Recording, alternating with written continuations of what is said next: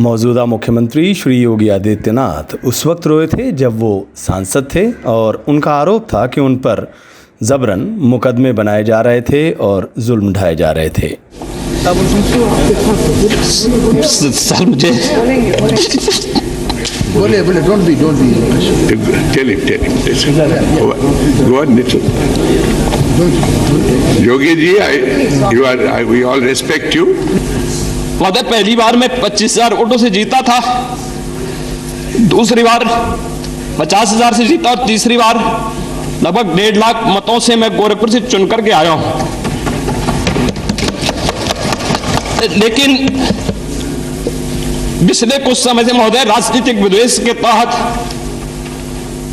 मुझे जिस प्रकार से राजनीतिक पूर्वाग्रह का शिकार बनाया जा रहा है, मैं केवल आपसे अनुरोध करने के लिए आया हूं, क्या मैं इस सदन का सदस्य हूं या नहीं हूं, और क्या यह सदन मुझे संरक्षण दे पाएगा या नहीं दे पाएगा। अगर सदन मुझे संरक्षण नहीं दे सकता है तो मैं आज ही सदन को छोड़ करके वापस जाना चाहता हूं।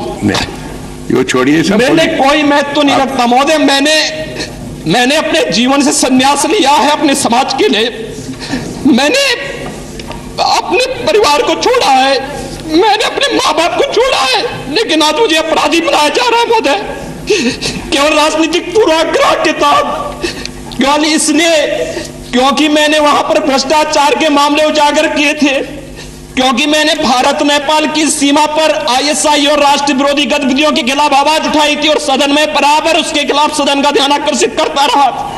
मैं वहां पर भूखमरी से हो रही मौतों के खिलाफ प्रशासनिक भ्रष्टाचार को उठाता रहा, इसलिए मेरे खिलाफ महोदय सारे के सारे मामले बनाए गए और बनाए जा रहे हैं। अब उनके राज में पुलिस रो रही है। इस पुलिस अधिकारी की व्यथा सुनिए। योगी जी के पार्टी वाले ही पुलिस वाले को धमका रहे हैं और बम लेकर चल रहे हैं। इनके साथ विमल भदौरिया था।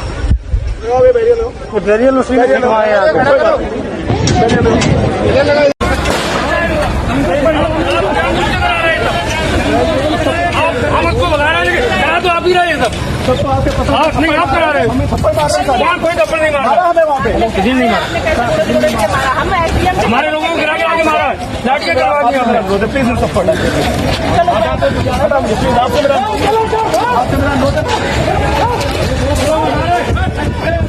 अरे देखो लाठी वाठी बनाई तो फिर खतरा होगा। आप लोग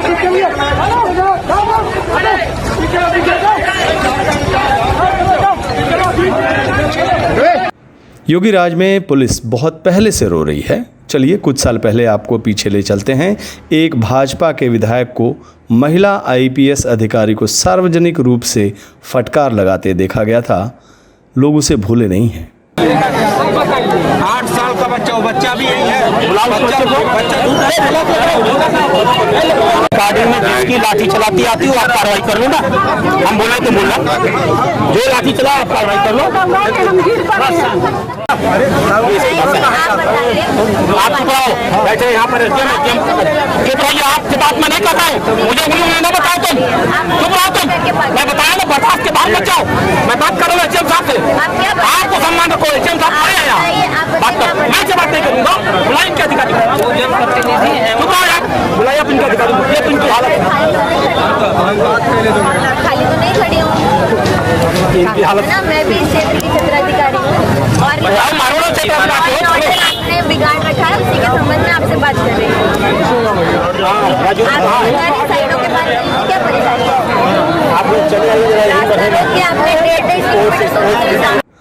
आज उत्तर प्रदेश में जुल्म, जबरन, हत्या, गुंडागर्दी, बलात्कार, मारपीट, बमबारी की खबरें आम हो गई हैं। पंचायत चुनाव में हिंसा की खबरें हर ज़िले में आम हो गई थीं। लोग भूले नहीं हैं। आपको ठीक 1 साल पहले ले चलते हैं। उत्तर प्रदेश में अपराध की कुछ गाथा सुनाते हैं और आप तय कीजिए कि क्या ये असफल मुख्यमंत्री की कार्यशैली नहीं है तो क्या है। लोग भूले नहीं हैं।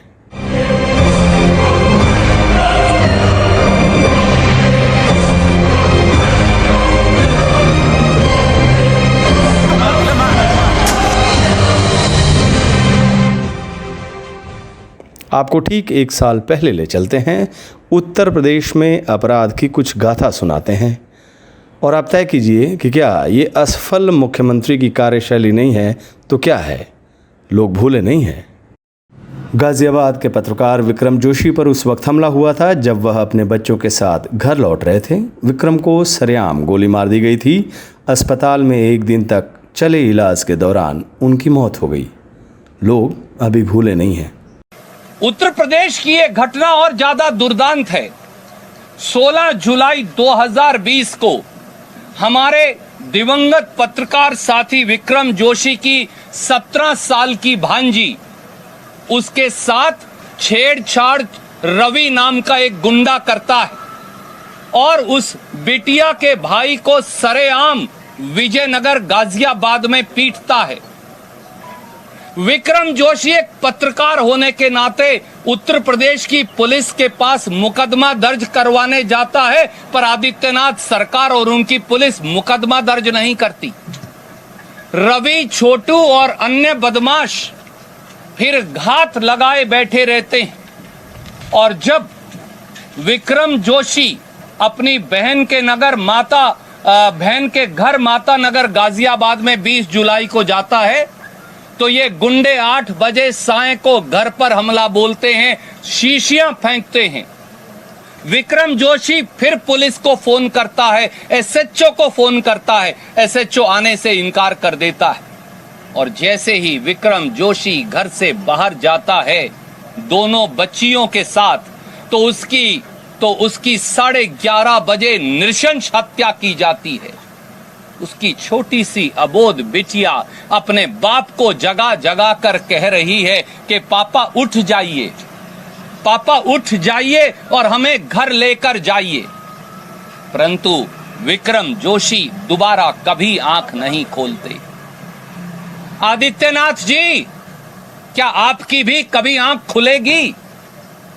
आदित्यनाथ जी, काश आपकी भी बेटियां होती, काश आपका भी परिवार होता, काश आपने भी अपनी भतीजी और भांजी के साथ छेड़छाड़ की व्यथा सही होती, काश आपके परिवारजनों को भी गुंडे विजयनगर गाजियाबाद में अगर आपको मालूम होता पीटते तो पता होता कि दर्द कैसे होता है। परिवारजनों का खोने का दर्द क्या होता है, क्या मुख्यमंत्री आदित्यनाथ जी समझते हैं? हाथरस की विभत्स घटना को लोग भूले नहीं हैं। योगी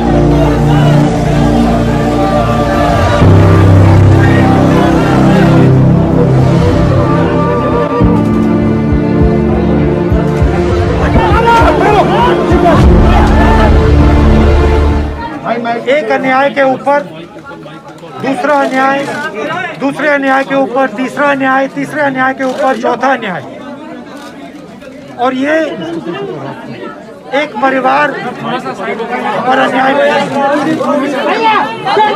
ये देश के लाखों परिवार पर अन्याय है। सरकार को परिवार की रक्षा करनी चाहिए, उल्टा सरकार इनको धमका रही है, इनको डरा रही है। इन्होंने कोई गलती नहीं की है, अपराधी कोई और हैं और इनको धमकाया जा रहा है। आज के हिंदुस्तान में दलितों को अपनी बेटी का अंतिम संस्कार करने का हक नहीं है। मैं यहाँ मैसेज देने आया हूँ कि इसको हम स्वीकार नहीं करने वाले हैं।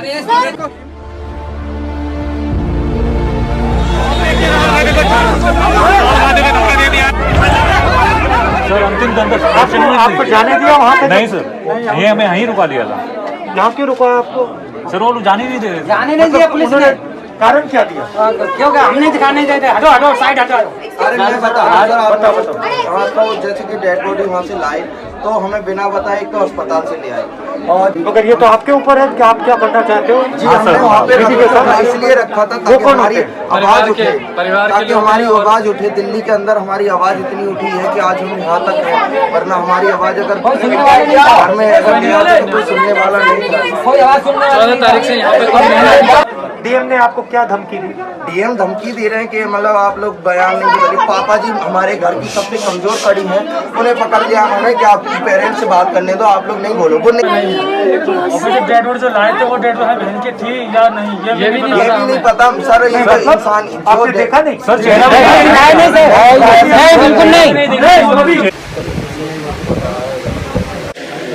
क्योंकि हम पूरा देश देख रहे हैं। तो मेरा लक्ष्य आने का यही था, मुझे मालूम है कि हम यहाँ आ गए और आपके साथ ऐसे बैठ गए, आपको कोई नहीं छूटा, ठीक है? तो आपको घबराने की जरूरत नहीं। अब बात है आपके साथ अन्याय हुआ, एक बार नहीं, दो बार। अब उस अन्याय के लिए आपको जस्टिस, वो उसमें हम आपकी पूरी मदद करें। मेरी बहन का कहना है जो भी हम आपके लिए कर सकते हैं, जो भी आप हमसे चाहते हैं, हम करने के लिए तैयार हैं।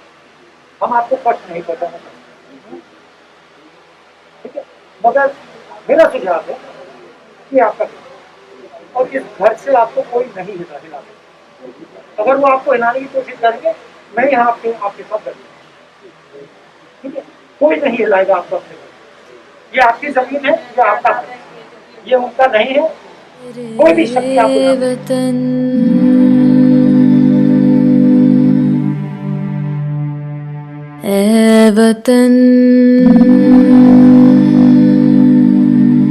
मेरे वतन। योगी आदित्यनाथ जी को अपनी जिम्मेदारी समझनी पड़ेगी और उनको ये समझना पड़ेगा कि जहाँ जहाँ ये अन्याय होगा हम वहाँ पहुँच के उस अन्याय के खिलाफ लड़ेंगे और खड़े रहेंगे। और जब तक न्याय नहीं होगा तो न वो हमें रोक सकते हैं और न कोई और हमें रोक पाएगा। परिवार ने हमें यह भी कहा है कि इनको धमकाकर इनसे कागज साइन करवाए गए हैं। योगी जी को समझना चाहिए कि वो धमकाकर जो भी कागज साइन करवाना चाहते हैं, कोई फर्क नहीं पड़ेगा। इस परिवार की आवाज को कोई शक्ति, दुनिया की कोई शक्ति इनकी आवाज को नहीं दबा सकती। योगी आदित्यनाथ जी को और बीजेपी के सब कार्यकर्ताओं को ये समझना पड़ेगा, ये हिंदुस्तान की आवाज है, ये एक परिवार की आवाज नहीं है, ये हिंदुस्तान की हर नारी की आवाज है। इसको दबाया कुचला नहीं जा सकता है। धन्यवाद।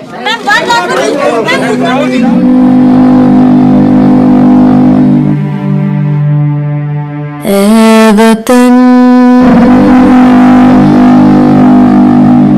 मेरे वतन,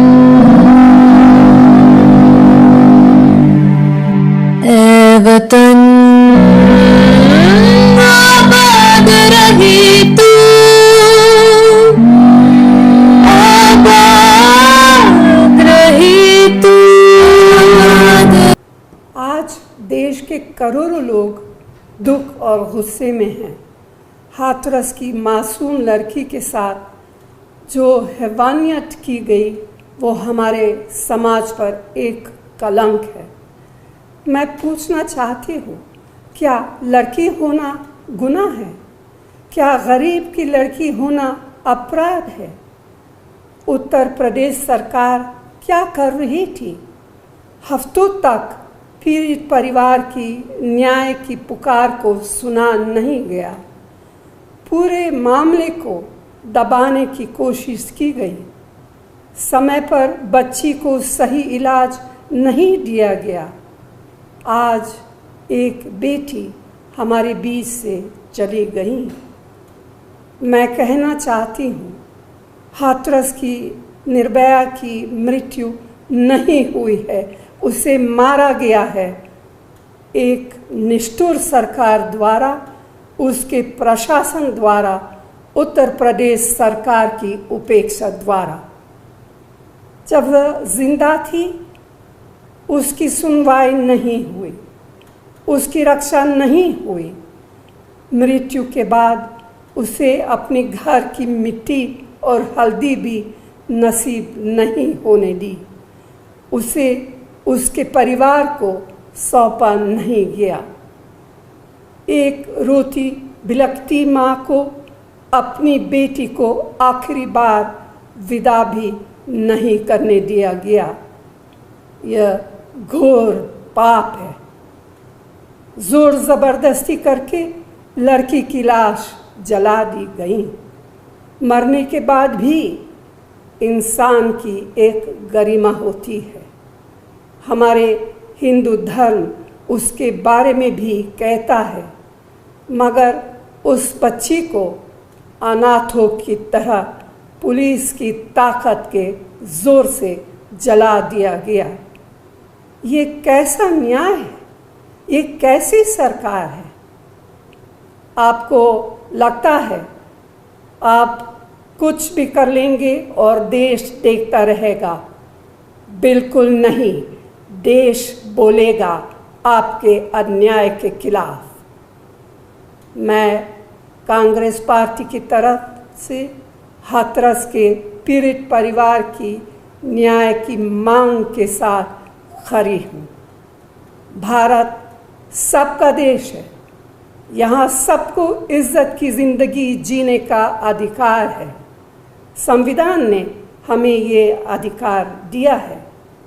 हम भाजपा को संविधान और देश को नहीं तोड़ने देंगे। योगी जी के राज में कोरोना की दूसरी लहर से अनगिनत लोगों की मौतें हुईं। सड़कों पर लोग तड़पते दिखे। शमशान भूमि कम पड़ गई। गंगा में लाशों की बाढ़ थी। लोग भूले नहीं हैं। कीजिए वोटों की गिनती, कुर्सियां गिन लीजिए। कीजिए वोटों की गिनती, कुर्सियां गिन लीजिए। और जब फुर्सत मिले ये अर्थियां गिन लीजिए। कीजिए वोटों की गिनती। हाथ तो बेशक मिलाए हर सियासतदां से हाथ तो बेशक मिलाए हर सियासतदां से लेकिन इसके बाद अपनी उंगलियां गिन लीजिए। कीजिए वोटों की गिनती, ये कुर्सियां गिन लीजिए।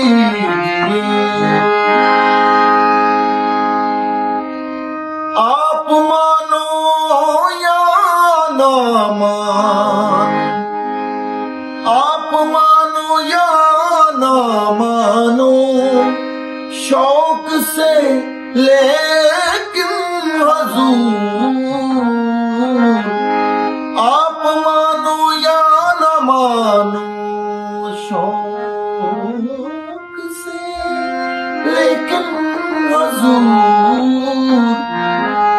रोज जो दोहरा रहे हैं वो गलतियां गिन लीजिए। रोज जो दोहरा रहे हैं वो गलतियां गिन लीजिए। है बहुत दिलकश तरक्की के ये दादोशुमार। है बहुत दिलकश तरक्की के ये एदादोशुमार। बस जरा फाका कशों की पसलियां गिन लीजिए। कीजिए वोटों की गिनती, कुर्सियां गिन लीजिए। और जब फुर्सत मिले ये अर्थियां